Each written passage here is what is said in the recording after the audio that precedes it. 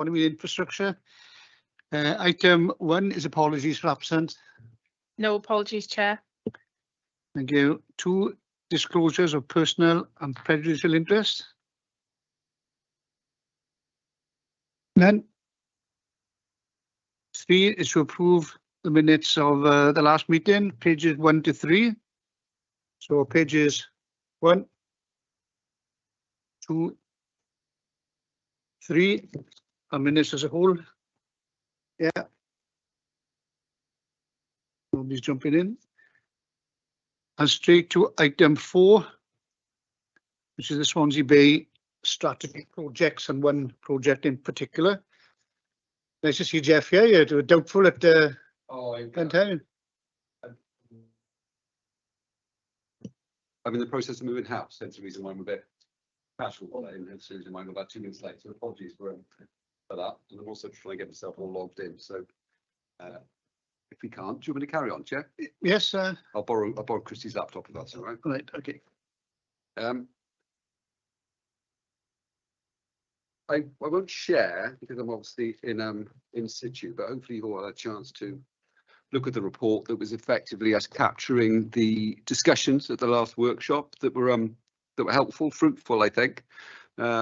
Christie has very kindly managed to sort of collate the main comments that came from that workshop into the report, and essentially, with your blessing, we'll go through it very, very quickly. You can confirm to ourselves that that's how you want to proceed in terms of recommendations to the cabinet members, Councillor Robert Francis Davis and Councillor David Hopkins, to enable them to instruct us to take matters to the next stage. And the main recommendation prior to that would have been about taking a revised development brief in accordance with the findings of the workshop. Now, clearly, there was a lot of recommendations there. And what we really wanted to do was sort of, through the report, set out the summary of activity up to this point, because we had a workshop in July where we talked more widely about the strategy, and the more recent workshop in October, we honed in concentration of effort around the Langdon Bay site. One thing that was clear was that the main headline was the fact we needed to find a balance of the community and the public and the commercial interest on that site. And of course, that's the most difficult thing to do, isn't it, to find that appropriate balance. But one thing that I found interesting was the fact there was a lot of discussion and a lot of recommendation around the commerciality of the opportunity. So that seemed to be, and if you look at the recommendations, we've got 13 there that are captured. I'll go through them quickly, and if you feel there's anything that we've missed, by all means, we can take that and amend.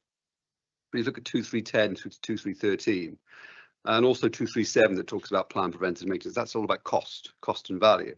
And it was interesting, the fact that everyone felt that was probably, I think, probably one of the main focuses, subject to getting the balance of this community and the public interest right. A lot of the other actions there, aside from, I would suggest, that the new public conveniences and the change facilities could be considered to be up for debate or further considerations. Some, I think in particular, around the WCs and change facilities are mandatory. I think we have to have that, replacing one facility with another. The others, I would imagine, probably would be something we could put in there and say that's something we perhaps like to see. That may create some difficulty. You may recall I talked about the problem when it comes to analysing the business, problems that officers and the cabinet members had in analysing the business. In fact, they were very, very different, and we weren't comparing apples with apples. But if we can make sure we've got concentration around the commercial side of things, in terms of the fact we're looking at a proportion of turnover with stepped increases over a period, we want to see capital and revenue offers, not one or the other, capital revenue, so we can compare the two. We're looking for a leasehold term of 125 years and stick at that, because some may look for a longer term, or or a term to be agreed following discussion, or up to 125 years. And the remainder, aside from public conveniences and change facilities, I would consider would be right. Okay, we'd like to see your proposals or recommendations around those particular areas. We'll keep a fixed, I think, site footprint. Again, subject to discussions with Robert and David. But I think the remainder, I think, probably are there to sort of demonstrate what this group and what cabinet members may agree or they want to see in the brief, to say, okay, how can that be delivered?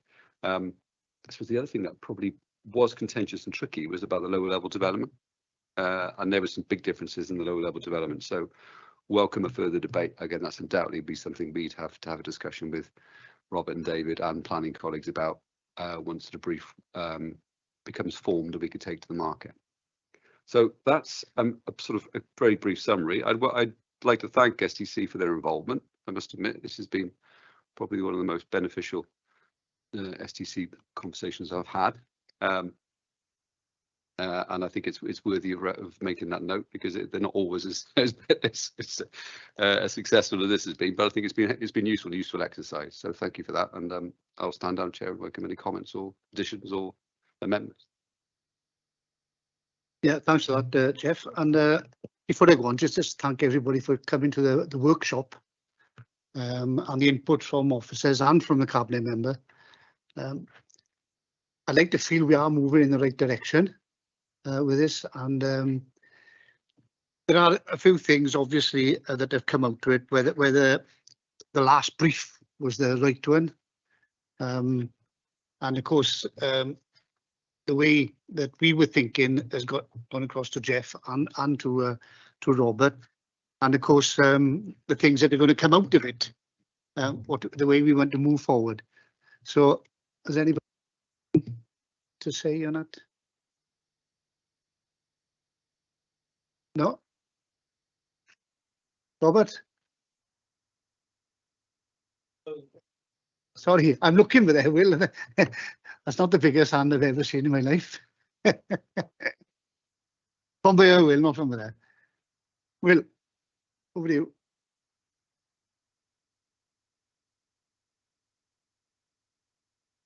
We can't hear you, Will.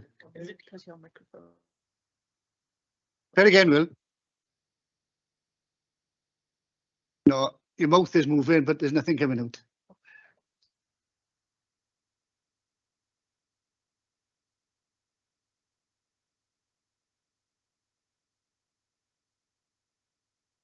I think what he's trying to say is he'll agree with everything we say.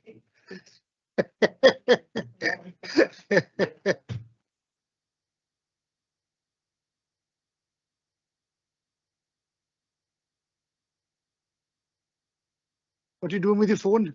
Are you phoning one of us?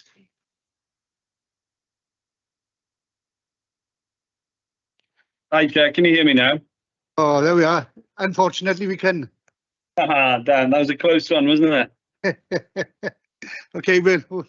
Thanks. Sorry about that technical issue. I'm in a bit of trouble with Teams on both my computers at the moment. I don't know why, so apologies for that. Yeah, just want to thank the committee for looking at this, as Jeff said. Very important site locally in Mumbles. And it's one that needs to be right, you know. Obviously, there's a lot of people, not just from the area, but a lot of people who visit the area as well, who feel very passionate about Langland, the history of the racket sports down there. Obviously, tennis is a big history at Langland, and obviously it's one of Swansea's main tourist attractions. So it's a very important site that you know is crucial to get right. As ward member, but obviously slightly biased, but I'd obviously want to see the community put first. And as Jeff said, that sorry, Phil said, or Jeff, was it Phil? Yeah, it was Phil, I think. No, it was Jeff. Sorry, Jeff said that balance between community facilities and the commercial element is obviously got to be a really really thought through quite long and hard. The sports facilities and community facilities there have to be, in my opinion, the priority at the venue. The good changing rooms, toilets, and you know we don't want to lose a load of community space for a commercial activity. There's good sport. There were good sports facilities down there before. The tennis courts are all well used, in my opinion. The two that we've resurfaced as Mumbles Community Council are very well used. The basketball is well used, which shows that there is plenty of demand for sports in the area. Just on a sort of comment on the report, one of the things that concerns me is if we're asking for capital or revenue, if the cabinet members or the leader or cabinet rather want either one or the other, will it give an upper hand to those? If we're saying capital and revenue, but really they want capital or they want revenue, will it give an upper hand to the people who are bidding, putting in bids for example, capital or revenue, or vice versa? So if both are going to be seen and looked at fairly, I think it's obviously fine to put capital and revenue. But if the real motivation is for one or the other, I worry that it might give the upper hand to people bidding for those. So that's my comment. I just want to get some feedback on that, if I may. Thank you.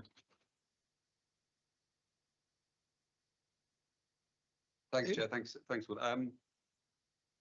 Essentially, by ensuring we have a capital and a revenue bid, that enables us to make sure we are ensuring we're getting best value. And I think that's the way I would look at it. And that a revenue return for me would be a preference, because it's guaranteed during the course of the lease. And you can always convert that revenue benefit into a capital benefit if needs be, depending on the needs of the authority at the time. I don't think it gives a benefit to one or the other. I think the fact if we have a revenue position linked into turnover, then at least we are joined when it comes to risk and reward out of any potential scheme that comes from the site. That would be my preference, but it will depend on what sort of returns we get. Most developers would much rather put a capital bid in and leave it at that. But for us, the preference is to make sure we have some form of revenue return, I'd suggest. But we need to see what the responses are. But I can't see any obvious rationale why one would be disadvantage one party of another. Really. But at the same time, okay, thanks. At the same time, the recommendation we got is that it goes out for the brief again with some adjustments to where we're all thinking, but that will then go to the cabinet member and through the cabinet. They will make that decision, and when bids come in, that again will be their decision. It won't come back to us.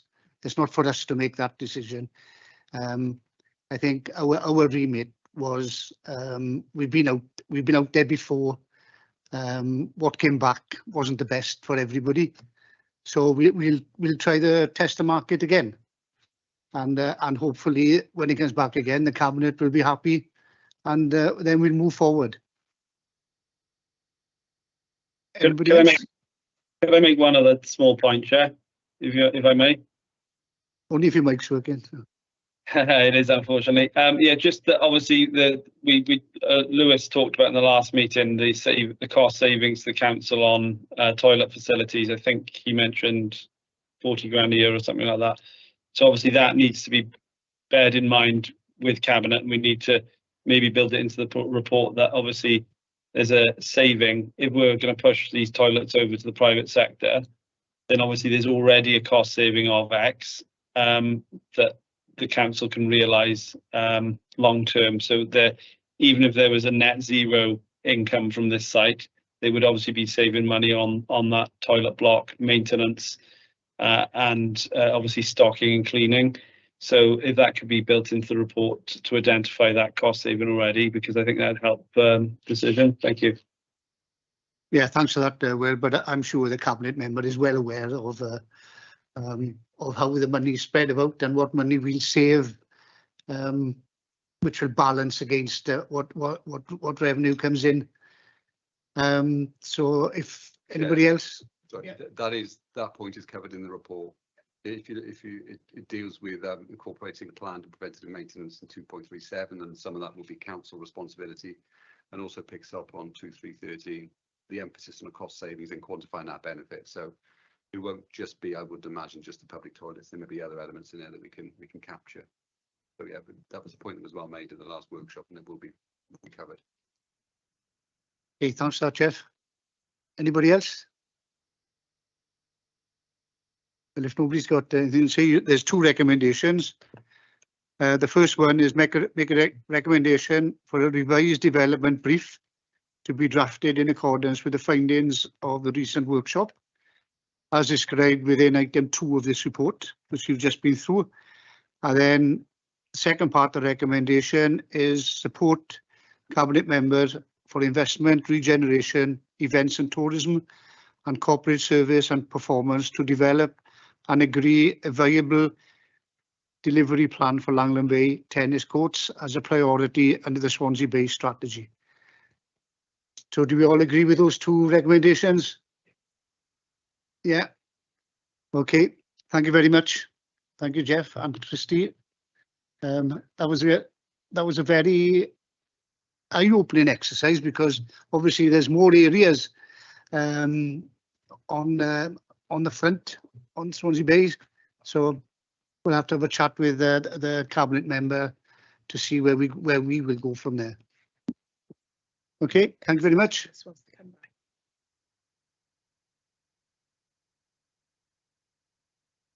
Is that the same hand up, Will, or is there another hand?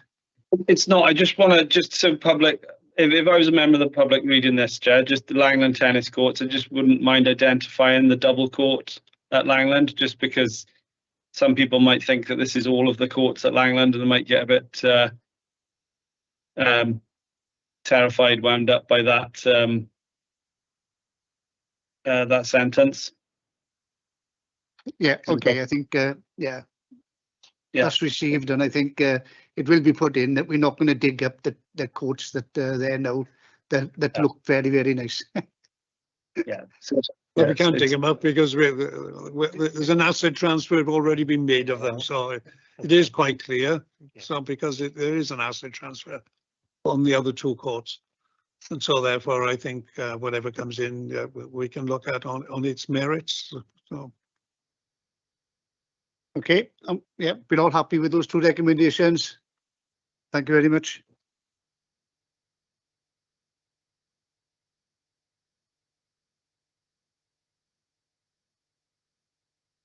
Next item is the work plan. 14th of December, we got review of council housing allocation policy. That's been withdrawn from that one, as didn't realise how much work was involved before it comes to us. So we'll have a look to see if we can put something else in there, whether we bring one of the other ones forward. But we've still got local economic delivery plan, which was moved from this month to next month. So we'll have that anyway, and then we'll look at doing something else. Yeah, Robert. Whilst we just done the Langland one, the Swansea Bay strategy, there are other sites around the bay. Are we looking at those? And Jeff, I know that when we looked at that, we were going to look at other sites around the bay, but this got brought forward, the Langland one, without perhaps in isolation of other sites that need to be looked at. So, you know, the process and the working groups have been pretty good for this one.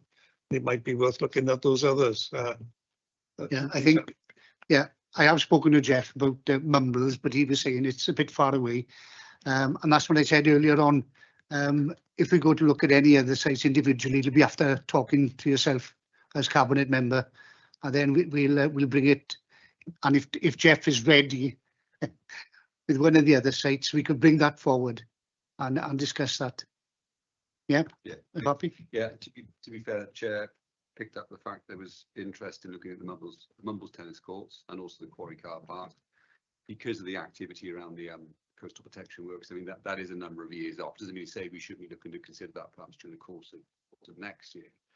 Wider discussion in the July workshop did go through every sort of location, and there were some fair comments made about Blackpool, for example, as being something that needs a little bit more activity. Something I'm remiss of me, Christy picked it up, but I didn't. The report covers issues around finance and resource, and the fact that, bearing in mind the situation we're all collectively in the moment, you know, this proposal is looking for third party to cover all the costs, and if there is any demand of cost of the authority, then we'd have to go back and go through the normal bidding process. That in turn impacts on all the other sites we're talking about, and I think we've got two elements to it. You look at Blackpool, for example, which needs a whole look. It's a very busy location. Lots of independent activities there and local authority activities, and it also goes into Clyne and into Clyne Gardens and Clyne Country Park, even and the cycle park. That needs some work, but probably would need a bit of consultancy. Then we're into the realms of finding some cash, and we're into the realms of dealing with limited staff resource because Lewis is now gone and won't be replaced. So I'm basically saying, just bear with us. I wanted this one done now because it needs to be done now. It's such a fantastic opportunity. Let's see how we go through the course next year. I'll have discussions with Robert and David about programme and prioritisation and the rest of it. they wouldn't want to set a work programme now and have too much expectation.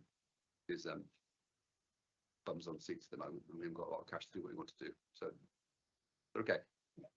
Like I said earlier on, it'll be after discussions with the cabinet right. member, and then I'll put my hand in his pocket to see how much his change he's got in the bottom there that we could use. Yeah. Okay, that's it. That was the only one on the agenda today because the other one was moved along. Okay, so if everybody's happy with that, okay. Thank you very much for coming, and Stuart. For 2 minutes. Okay, thank you very much. See you next month.